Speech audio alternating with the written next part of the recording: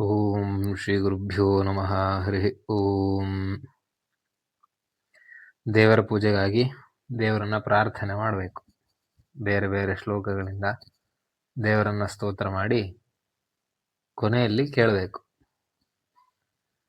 ಸತ್ಪತ್ರ ಗಂಧ ಪುಷ್ಪಾದ್ಯೈರರ್ಚಯಾಮಿ ಯಥಾ ಹರೆ ಅನುಜ್ಞಾನ್ ದೇಹಿ ದೇವೇಶ ಸಂಸಾರಾರ್ತಿ ನಿವೃತ್ತಯೇ ಕೃತಾಂಜಲಿ ಪುಟೋ ಭೂತ್ವಾ ವಿನಯಾನತ ಕಂಧರಃ ಯಾಚೇತ್ವಾನ್ ದೇವಪೂಜಾರ್ಥಂ ಉತ್ತಿಷ್ಠತ್ವಂ ರಮಾಪತೆ. ಯಥಾಶಕ್ತಿಯಾಗಿ ಒಂದಷ್ಟು ಪುಷ್ಪಗಳನ್ನು, ಪತ್ರೆಗಳನ್ನು ಮತ್ತು ಎಲ್ಲ ಪೂಜಾ ಪರಿಕರಗಳನ್ನು ಸಂಗ್ರಹ ಮಾಡಿ ನಿನ್ನನ್ನು ಪೂಜೆ ಮಾಡ್ತೀನಿ. ಅರ್ಚಯಾಮಿ ಯಥಾಹರೆ ಅನುಜ್ಞಾನ್ ದೇಹಿ ದೇವೇಶ ಸಂಸಾರಾರ್ತಿ ನಿವೃತ್ತದೆ. ಯಾಕಾಗಿ? ನನ್ನ ಅಜ್ಞಾನದ ನಿವೃತ್ತಿಗಾಗಿ. ಅದಕ್ಕೆ ನೀನು ಅನುಜ್ಞೆ ಕೊಡಬೇಕು. ಅನುಜ್ಞಾನ್ ದೇಹಿ ದೇವೇಶ, ಅನುಜ್ಞೆ ಕೊಡು, ಪರ್ಮಿಷನ್ ಕೊಡು. ಕೃತಾಂಜಲಿ ಪುಟೋ ಭೂತ್ವಾ ವಿನಯಾನತ ಕಂಧರಃ ಯಾಚೇತ್ವಾಂ ಪೂಜಾ ದೇವಪೂಜಾರ್ಥಂ, ನಿನ್ನನ್ನು ಪೂಜೆಗಾಗಿ ಬೇಡ್ತಾ ಇದ್ದೀನಿ. ಎರಡು ಕೈಗಳನ್ನು ಹಿಡಿದು ಬೇಡ್ತಾ ಇದ್ದೀನಿ, ದಯವಿಟ್ಟು ಪೂಜೆಗೆ ಬಾ ಅಂತ ಹೇಳಿ ದೇವರನ್ನು ಇನ್ವೈಟ್ ಮಾಡಬೇಕು. ಇದೇ ಅರ್ಥದ ಒಂದು ಋಕ್ಕಿದೆ. ಉತ್ತಿಷ್ಠ ಬ್ರಹ್ಮಣಸ್ಪತೆ ದೇವಯಂದಸ್ತ್ವೇಮಹೇ ಉಪಪ್ರಯಂತು ಮರುತ ಸುದಾನವ ಇಂದ್ರ ಪ್ರಾಶೂರ್ಭವಾಸಚ ಅಂತ. ನಮ್ಮ ಈ ಪೂಜೆಯನ್ನು ಸ್ವೀಕಾರ ಮಾಡೋದಕ್ಕಾಗಿ, ನಮ್ಮನ್ನು ಉದ್ಧಾರ ಮಾಡೋದಕ್ಕಾಗಿ, ನೀನು ನಮ್ಮ ಹತ್ತಿರ ಬರೋದಕ್ಕಾಗಿ ಎದ್ದು ನಿಲ್ಲು, ಉತ್ತಿಷ್ಠ ಬ್ರಹ್ಮಣಸ್ಪತೆ ಅಂತ ಹಾಗೆ ಪ್ರಾರ್ಥನೆ ಮಾಡಿ ದೇಹ ಶುದ್ಧಿಗಳನ್ನು ಮಾಡಬೇಕು. ಪ್ರಾಣಾಯಾಮ, ನ್ಯಾಸಗಳು, ಆಸನ, ಭೂತೋಚ್ಚಾಟನ, ಆಮೇಲೆ ಅಷ್ಟಾಕ್ಷರಿ ಜಪ ಮಾಡಬೇಕು. ಕನಿಷ್ಠ 28 ನ್ಯಾಸಪೂರ್ವಕವಾಗಿ, ಪೂಜಾಂಗವಾಗಿ. ಇಲ್ಲಿ ಉತ್ತರ ನ್ಯಾಸ ಮಾಡೋದಕ್ಕಿಲ್ಲ. ಉತ್ತರ ನ್ಯಾಸ ಪೂಜೆ ಕೊನೆಗೆ. ಇದು ಪೂಜೆ ಉದ್ದೇಶಕ್ಕಾಗಿ ಪೂಜಾಂಗವಾಗಿ ಅಷ್ಟಾಕ್ಷರಿ ಜಪ, ಮತ್ತೆ ನಾವು ಅನುಷ್ಠಾನ ಮಾಡುವಂತಹ ದೇವತೆಗಳ ಜಪ. ಆಮೇಲೆ ಸಂಕಲ್ಪ ಮಾಡಬೇಕು. ಆ ಕೌಳಿಗೆ ಸೌಟೆಯನ್ನು ಇಟ್ಕೊಂಡಿರ್ತೀವಿ ನಾವು, ಅದಕ್ಕೆ ಪಂಚಮುದ್ರೆಗಳನ್ನು ತೋರಿಸ್ಬೇಕು. ಚಕ್ರ, ಶಂಖ, ಗದ, ಧೇನು, ತಾರ್ಕ್ಷ್ಯ 5 ಮುದ್ರೆಗಳನ್ನು ತೋರಿಸಿ ತುಳಸಿ ಗಂಧವನ್ನು ಆ ನೀರಿಗೆ ಹಾಕಿ ಅಷ್ಟಾಕ್ಷರಿ ಜಪ 8 ಬಾರಿ ಮಾಡಿ, ಗಂಗೆ ಚಮುನೆ ಚೈವ, ತೀರ್ಥ ದೇವತೆಗಳನ್ನು ಸ್ಮರಣೆ ಮಾಡಿ ದೇಶ ಕಾಲಗಳನ್ನು ಹೇಳಬೇಕು. ಇಂತಹ ಕಾಲದಲ್ಲಿ, ಸೃಷ್ಟಿಯ ಇಂತಹ ವಿಸ್ತಾರವಾದ ಕಾಲದಲ್ಲಿ, ಇಂತಹ ದೇಶದಲ್ಲಿ, ಇಂತಹ ಸ್ಥಳದಲ್ಲಿ ಇರುವ ನಾನು, ಇಂತಹ ದಿನ, ಇಂಥ ವಿಶೇಷವಾದ ದಿನದಲ್ಲಿ ಆ ಭಗವಂತನ ಪ್ರೇರಣೆಯಿಂದ, ಭಗವಂತನ ಪ್ರೀತಿಗೋಸ್ಕರ, ಲಕ್ಷ್ಮೀನಾರಾಯಣ ಪ್ರೀತ್ಯರ್ಥಂ ಭಗವತೋ ಬಲೇನ ಭಗವತೋ ವೀರೇಣ ಭಗವತಸ್ತೇಜಸ ಭಗವತಃ ಕರ್ಮಣ, ಏನು ಆ ದೇವರ ಪ್ರೀತಿಗಾಗಿ ಅವನೇ ಕೊಟ್ಟಿರುವಂತಹ ದ್ರವ್ಯಗಳು, ಅವನೇ ಕೊಟ್ಟಿರುವಂತಹ ತೇಜಸ್ಸು, ಕ್ರಿಯಾಶಕ್ತಿ, ಇಚ್ಛೆ, ಬಲೇನ ವೀರ್ಯೇಣ ತೇಜಸ ಕರ್ಮಣ,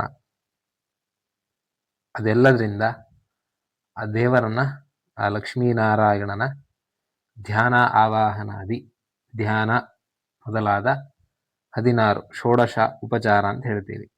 ಆ ಷೋಡಶ ಉಪಚಾರ ಪೂಜೆಯನ್ನ ಮಾಡ್ತೀನಿ. ಪೂಜಾತ್ಮಕಂ ಕರ್ಮ ಕರಿಷ್ಯೆ ಅಂತ ಹೇಳಿ ನೀರು ಬಿಡಬೇಕು.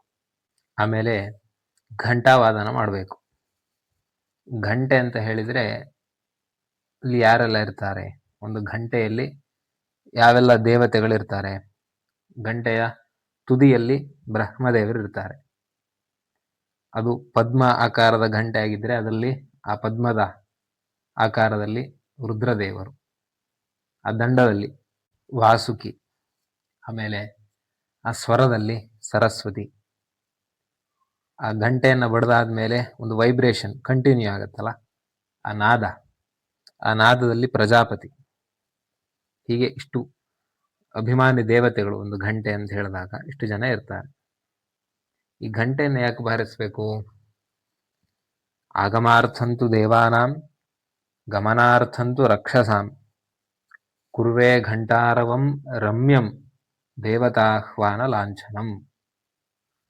ಏನು ಹಾಗಂದ್ರೆ, ದೇವತೆಗಳ ಆಗಮನಕ್ಕಾಗಿ ಮತ್ತೆ ರಾಕ್ಷಸ ಶಕ್ತಿಗಳ ಹೋಗುವಿಕೆಗಾಗಿ ರಮ್ಯವಾದ ಘಂಟಾನಾದವನ್ನ ಮಾಡಬೇಕು.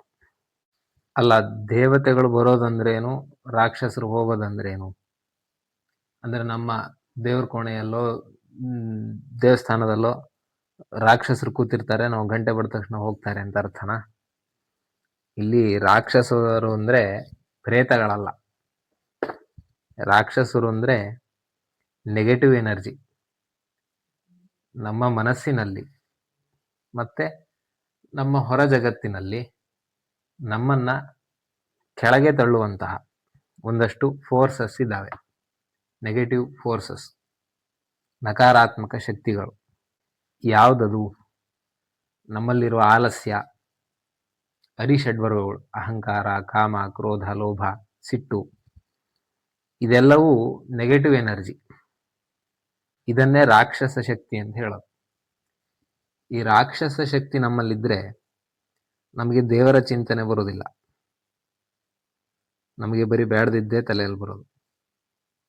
ಆ ಉದ್ದೇಶಕ್ಕೋಸ್ಕರ ಆ ಕಲ್ಮಶಗಳೆಲ್ಲ ಹೋಗಿ ನಮ್ಮ ಚಿತ್ತ ಶುದ್ಧಿ ಆಗಲಿ, ನಮ್ಮ ಮನಸ್ಸು ಶುದ್ಧ ಆಗಬೇಕು. ಯಾವುದರಿಂದ ಶುದ್ಧಿ ಆಗುತ್ತೆ?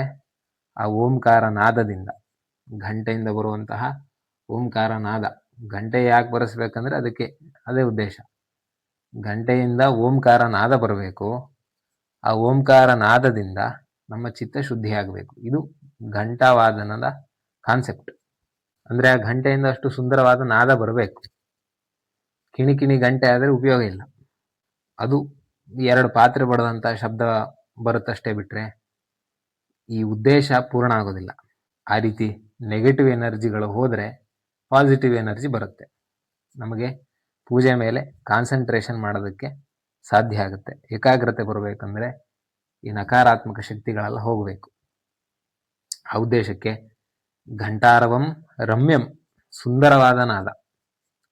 ಅಂದ್ರೆ ಅಸಂಬದ್ಧ ಶಬ್ದ ಬರಬಾರ್ದು, ಕೇಳೋದಕ್ಕೆ ಚಂದ ಇರಬೇಕು. ಒಂದು ಸಾರಿ ಗಂಟೆ ಬಡಿದ್ರೆ ಅದರ ವೈಬ್ರೇಷನ್ನು ನಮ್ಮನ್ನ ಏನೇ ಸ್ವಲ್ಪ ಆಲಸ್ಯ, ನಿದ್ದೆ ಬರುವಂತ ಏನೇ ಇದ್ರೂ ಎಬ್ಸಿ ಬಿಡಬೇಕು. ಆ ರೀತಿ ಶಬ್ದ ಇರಬೇಕು ಗಂಟೆದು. ಹಾಗಿದ್ರೆ ಈ ಗಂಟೆ ಹೇಗಿರಬೇಕು? ಶಬ್ದ ಬ್ರಹ್ಮ ಬರಬೇಕು. ಶಬ್ದ ಬ್ರಹ್ಮ ಅಂದ್ರೆ ಓಂಕಾರ, ಪ್ರಣವ. ಆ ಓಂಕಾರದ ಶಬ್ದ ಬರುವ ಹಾಗಿರ್ಬೇಕು. ಆಮೇಲೆ ನೋಡೋದಕ್ಕೆ ಸುಂದರವಾಗಿರ್ಬೇಕು. ಅದರ ಆ ಒಳಗಡೆ ಆ ಗಂಟೆ ಹೊಡೆಯುವಂತಹ ತಾಳ, ಆಮೇಲೆ ಹೊರಗಿನ ಆಕಾರ, ಎರಡು ಎತ್ತರವಾಗಿ ಸುಂದರವಾಗಿರ್ಬೇಕು. ಆಮೇಲೆ ದೀಪದಂತೆ ಪ್ರಜ್ವಲಿಸ್ತಾ ಇರಬೇಕು.